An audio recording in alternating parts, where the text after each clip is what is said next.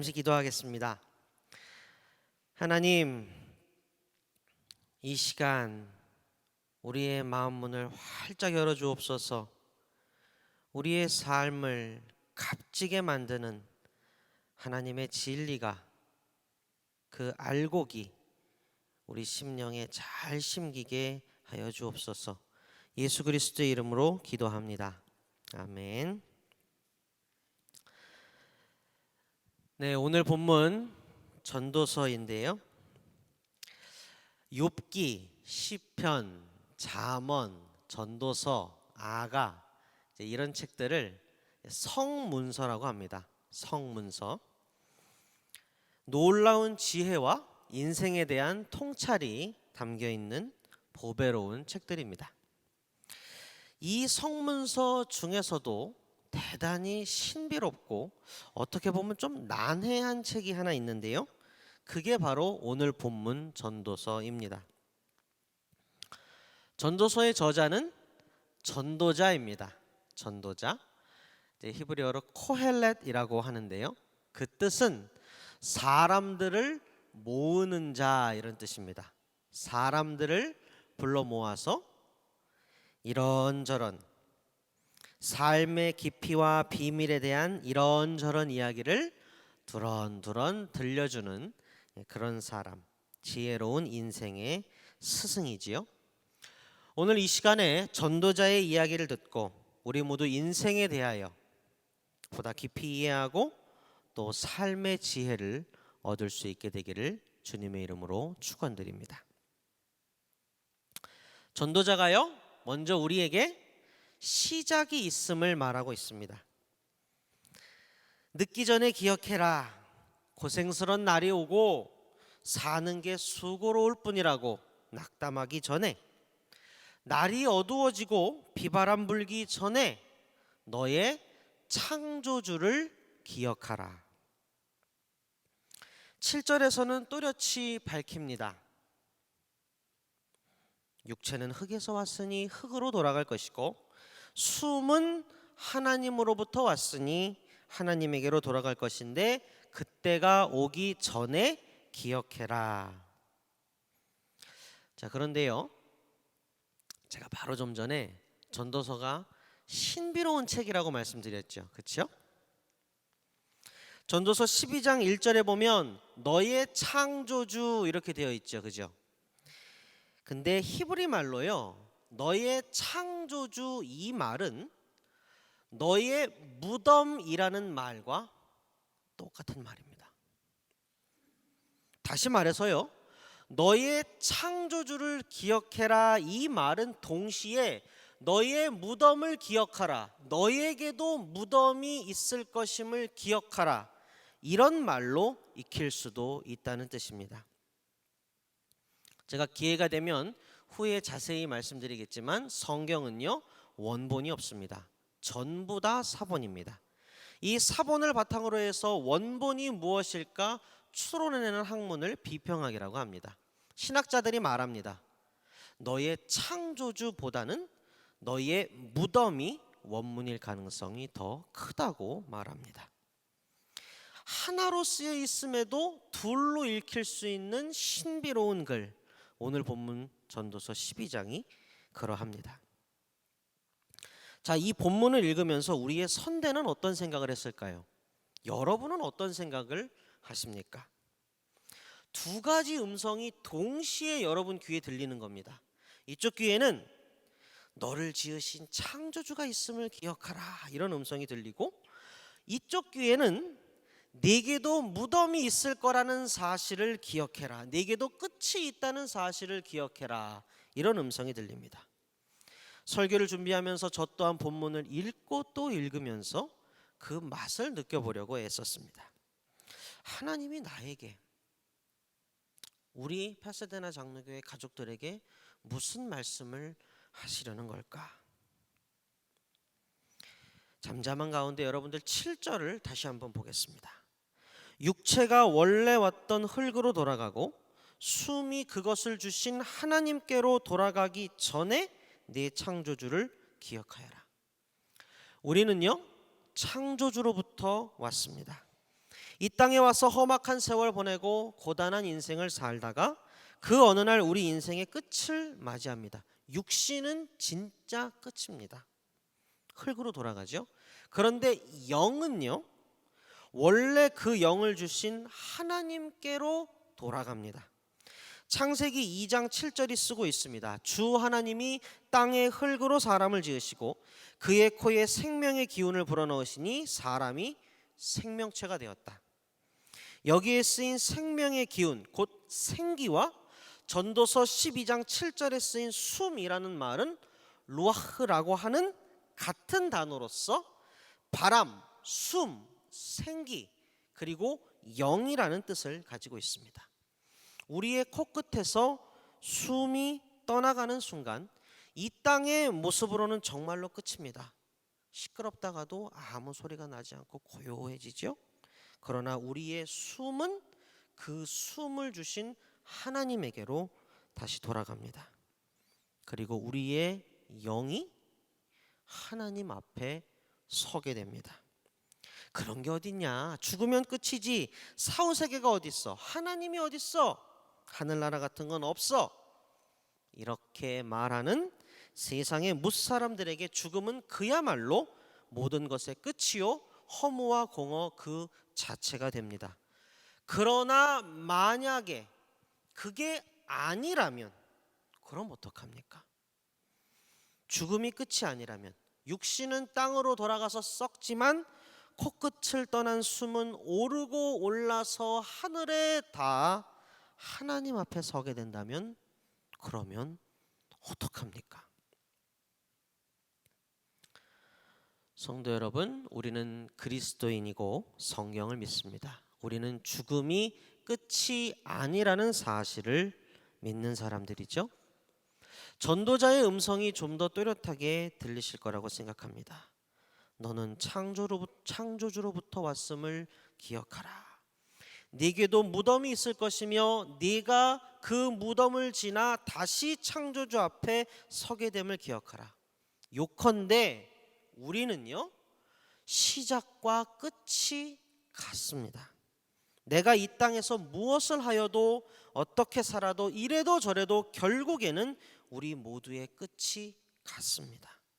모두의 시작이 하나님의 코끝에서 나왔기에 우리 모두의 끝도 하나님으로 동일합니다.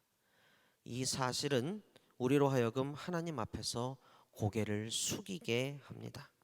그리고 우리가 삶을 새로운 눈으로 바라보게 하죠. 하나님 앞에 섰을 때 하나님이 이제 물으실 겁니다. 어찌 살았느냐? 제가요 이런저런 일을 하였고 이런저런 걸 가졌고 이런저런 걸 쌓았습니다. 아니 그러니까 어찌 살았더냐? 말씀드렸지 않습니까? 이런저런 일 했고 이런저런 거 얻었고 이런저런 거 쌓았습니다. 아니 그러니까 어찌 살았느냐 이 말이다. 육은 흙으로 돌아가 썩어 없어집니다. 우리가 이 땅에서 무엇을 하였든 얻었든 이룩했든 쌓았든 단 하나도 내 숨과 더불어 하나님 앞에 가져갈 수 있는 게 없습니다. 한쪽 귀에서 소리가 들립니다. 네게도 무덤이 있을 것임을 기억하라. 네가 끝에 당도하여 무덤을 지나 하나님 앞에 설 때 이 땅의 것은 아무것도 가져가지 못함을 기억하라. 제 귀에는 그렇게 들립니다. 어쩌지? 어떡하지? 어쩌면 좋습니까, 여러분? 이때 다른 쪽 귀에서 음성이 이제 들리는 거죠. 창조주를 기억해라. 너의 창조주를 기억하라. 그래? 그럼 창조주 앞에 가져갈 수 있는 게 뭐가 없을까? 창조주께서 딱 보시고 그래 그거 괜찮구나 좋구나 이렇게 하면서 인정해 주실 만한 것을 찾으면 되는 거 아닌가? 사랑하고 존경하는 우리 파세데나 장로교회 가족 여러분, 이 땅에서 하나님 나라를 위해서 쌓아 올렸던 것만 하나님 나라로 가져갈 수 있습니다. 그래서 세상의 뭇 사람들이 어찌하든 우리 그리스도인은 소유가 아니라 소명으로 살아야 하는 것입니다. 모든 그리스도인들에게 공통으로 주어진 소명, 예수님으로부터 받은 기쁜 소명, 바로 우리 삶의 자리에서 하나님 나라를 이루는 겁니다. 가정, 직장, 교회, 지역사회, 내가 있는 바로 그곳을 하나님의 나라로 만드는 겁니다. 그렇게 내가 이 땅에서 하나님 나라를 위해 쌓아 올린 것만은 코끝에서 숨이 떠나 그 숨이 하나님을 만나는 그때에도 가져갈 수 있습니다. 어찌 살았느냐고요? 이렇게 살았습니다. 보여드리면 됩니다. 제가 전에 한번 말씀드린 적이 있는데요. 우리 삶에는 놀랍고 위대한 역설이 하나 있습니다. 바로 저 천국의 영원한 삶에 비하면 이 땅에서의 삶은 먼지 하나, 티끌 하나 같지만 이 먼지 하나, 티끌 하나 같은 이 땅의 삶이 저 천국의 영원한 삶을 결정한다는 사실입니다. 빈손으로 와서 빈손으로 가는 우리네 삶, 흙에서 와서 흙으로 돌아갈 뿐 아무것도 가져가지 못하는 우리 인생, 그야말로 나그네 인생이죠. 생각해 보십시오. 세상에 어떤 나그네가 여기서는 이걸 챙기고 저기서는 저걸 챙기면서 걸어갑니까? 그렇게 하다가 며칠 못 가서 짐보따리가 무거워서 길을 못 떠납니다. 나그네는 물 한 모금 얻어 마실 수 있으면 그걸로 족하고, 어느 잔치집에 들려서 국밥 한 그릇 얻어 먹을 수 있으면 그걸로 감사한 나그네 삶이고, 우리 나그네 인생이 이와 크게 다르지 않지요. 하지만 나그네인 줄 모르고 세상이 눈이 빨개질 때까지 찾는 게 있으니 여러분 잘 아시다시피 바로 돈입니다. 물질이지요. 이 돈에 대해서 제가 어느 소설책에서 그 소설가의 표현을 읽고 참 기가 막힌 표현이다 하고 기억해 둔 게 있습니다. 돈? 돈이라는 거? 그거 똥 아니냐? 똥 같은 거다. 흩으면 천하를 기름지게 만들 수 있는 거름이지만 모아두면 냄새나는 오물에 불과한 거 아니냐. 창조주가 계신 하늘나라를 위해 쌓은 것만 가져갈 수 있는 우리 나그네 인생, 그렇다면 이 땅의 것은 필요는 채우되 욕심은 버리고 잘 모으고 쌓는 것보다는 잘 나누어 주고 베푸는 것에 마음을 두는 삶이 되어야 하지 않겠습니까? 오늘 본문 마지막 절 8절이요 이렇게 쓰고 있습니다. 전도자가 말한다. 헛되고 헛되다. 모든 것이 헛되다. 이겁니다. 1절부터 7절까지의 내용을 하나로 묶고 8절을 놓고 가운데에 있는 말을 우리가 생각할 수 있는 거죠. 너를 지으신 창조주를 기억하라. 네게도 무덤이 있을 것임을 기억해라. 만일 그렇지 않으면 모든 것이 헛될 것이다. 이 말입니다. 우리 모두는 이 땅에서 올바른 것을 심어 영원한 것을 거두는 지혜가 필요합니다. 아무 생각 없이 쭉정이를 심어서 허무와 공허로 끝을 내는 게 아니라 비록 눈물을 흘리더라도 하늘나라의 알곡을 심어서 영원한 천국의 기쁨을 맛봐야 하지 않겠습니까? 창조주로부터 시작해서 무덤을 지나 창조주에게 다시 돌아가는 삶. 오늘 말씀을 통해서 하나님이 우리에게 묻고 계십니다. 사람을 모으는 자, 전도자 코헬렛처럼 하나님이 오늘 여기에 우리 페사데나 장로교회 가족들을 불러 모으셨습니다. 그리고 물어오십니다. 어떤 삶을 살아왔느냐? 지금은 어떤 삶을 살고 있고 앞으로는 어찌 살려느냐? 네가 삶의 자리에서 심고 있는 것은 쭉정이냐 알곡이냐? 하나님의 이 물음에 대해서 어떻게 답을 해야 되나 한참 고민하는데 하나님의 진리의 말씀 한 구절이 떠올랐습니다. 마태복음 6장 21절에요. 이렇게 쓰여 있습니다. 너의 보물이 있는 곳에 너의 마음도 있을 것이다. 내가 보물로 여기는, 내가 중요하게 생각하고 관심 갖고 주목하고 얻고자 애쓰는 것이 만일 이 땅의 것이면요, 내가 아무리 부인해도 성경은 내 마음이 이 땅에 있다고 말합니다.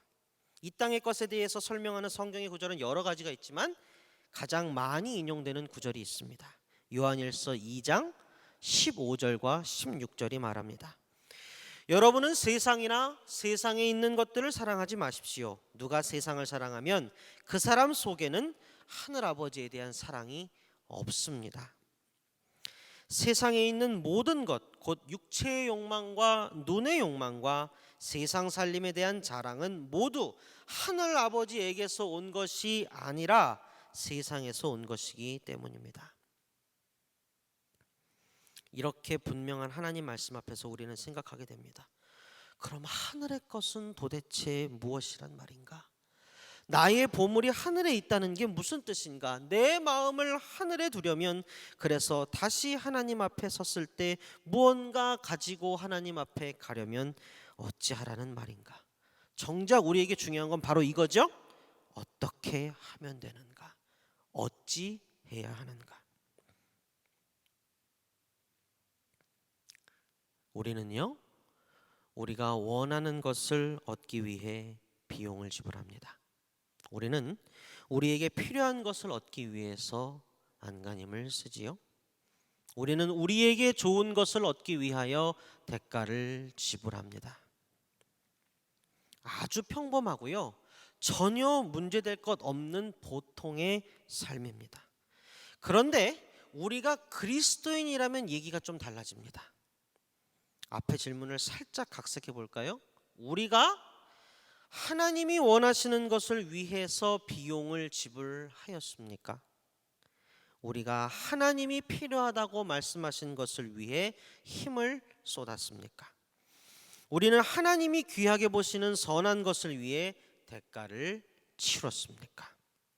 하나님은 우리를 살리시기 위해서 예수 그리스도를 내어주셨고, 하나님은 우리를 살리시기 위해서 자기 자신을 희생하셨습니다. 사람은, 그냥 평범한 보통 사람은 을의 그 본성대로 자기의 눈에 보기 좋고 몸에 편안하고 자랑할 만한 세상 살림을 위하여 삽니다. 진짜로 정말로 아무 문제될 것 없습니다. 그러나 만일 그 사람이 그리스도인이 되면 자신이 그냥 어느 날 우연히 이 땅에 짠 하고 나타난 존재가 아니라 하나님이 목적을 가지고 소명을 담아서 이 땅에 창조하신 존재라는 걸 깨닫게 되고, 다른 이들은 죽으면 다 끝이니까 이 땅에서 나의 삶은 한 번뿐이므로 나를 위해서 모든 것을 쏟아부으며 살면 된다 말하며 You only live once, 줄임말로 YOLO라고 하는데요, 욜로 이렇게 외치며 사는 것과는 반대로 죽음 이유가 끝이 아니라 창조주에게로 다시 돌아가 그 앞에 서게 된다는 사실을 발견하게 되며, 그래서 험악하고 고단한 나그네 인생길 사는 동안 이 땅의 삶을 성실히 살며 동시에 하늘나라의 마음을 두고 소망을 두고 눈물로 천국 씨앗을 뿌리며 훗날 코끝에서 숨이 떠나 하나님 앞에 내 영이 서게 되었을 때 하나님께 보여드릴 나의 보물을 마련하면서 살게 됩니다. 하나님이 좋아하시는 것, 하나님의 눈과 마음이 머무는 곳, 하나님이 귀히 여기시는 것, 사람이 신경 안 써도 됩니다. 알게 뭡니까? 그러나 그가 그리스도인이 된다면 그 삶은 완전히 다른 삶이 되어야 함을 우리는 깨닫게 됩니다. 내게 편한 것보다 하나님이 옳다 하시는 것을 찾고, 나의 적은 필요를 넘어 가난하고 연약한 이들의 필요를 살피며, 이웃의 환난을 보면서 그들에게 지금 필요한 즉각적인 도움이 뭘까 고민하게 되고, 우는 자와 함께 울고 소외된 자를 돌아보게 되고, 내게 좋은 것보담도 하나님이 선하다 하시는 것에 내 마음을 두는 삶으로 바뀌게 됨이 마땅합니다. 왜냐하면 우리는 우리가 왔던 그곳으로, 창조주 하나님에게로 다시 돌아가기 때문입니다. 찰나가 지나고 영원으로 들어가기 때문입니다.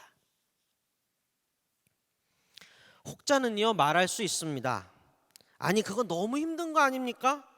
다들 눈의 욕망, 몸의 욕망, 세상 자랑으로 살기에 바쁜 이 치열한 세상에서 언제 하나님의 눈과 마음 살피면서 하늘에 쌓을 보물까지 생각하면서 살란 말입니까? 지금 이 말은요, 제가 목회 상담을 진행했던 분이 실제로 하셨던 말씀입니다. 그렇게 사는 건 너무 힘들지 않습니까? 그분의 항변이었어요.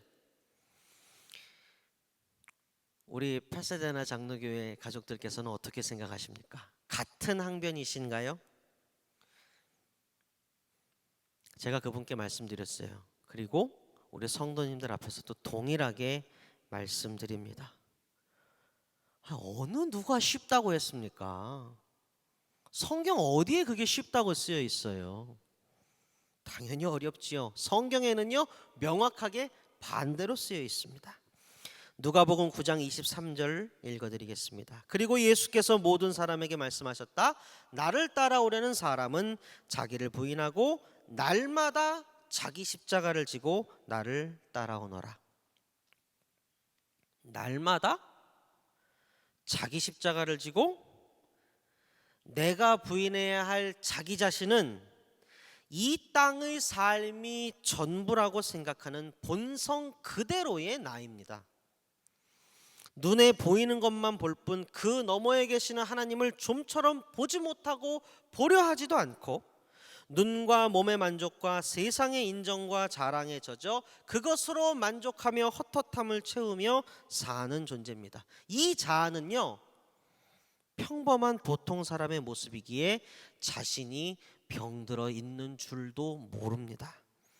그러나 이때의 하나님의 말씀은 좌우에 날선 날카로운 검이 돼서 눈이 멀어 있는 본성의 나를 깨웁니다.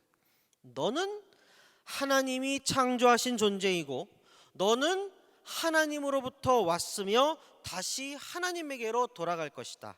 네가 이 땅에서 하나님을 위하여 쌓아 올린 것만이 네 마지막 숨이 너를 떠나 하나님 앞에 이르렀을 때 너의 전부가 될 것이다.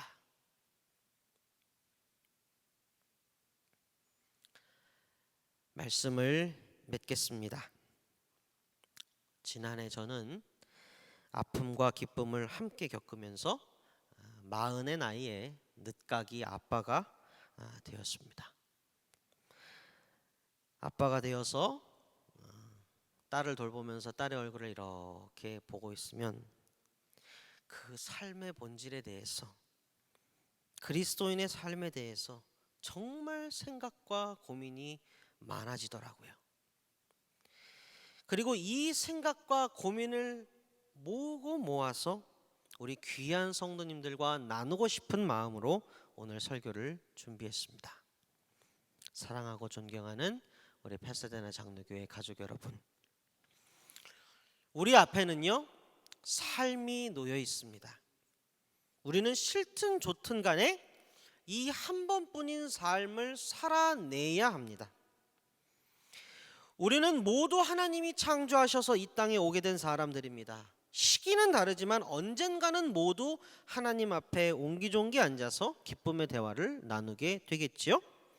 우리 모두 시작이 같고 끝이 같고 여정이 같습니다. 하나님에게서 와서 하나님에게로 돌아가고 그 사이 잠시 이 땅 나그네 인생길을 걷습니다. 우리 모두 꼭 기억했으면 좋겠습니다. 이 땅 나그네 인생길에서 하늘나라를 바라보며 쌓아 올린 것만이 우리가 하나님 앞에 다시 섰을 때 우리의 전부입니다. 우리 모두 그리스도인으로서 이 땅에 사는 동안 하늘나라의 씨앗을 뿌리고 영혼의 열매를 거두며 값진 삶을 살기를 주님의 이름으로 축원드립니다. 다 함께 기도하겠습니다.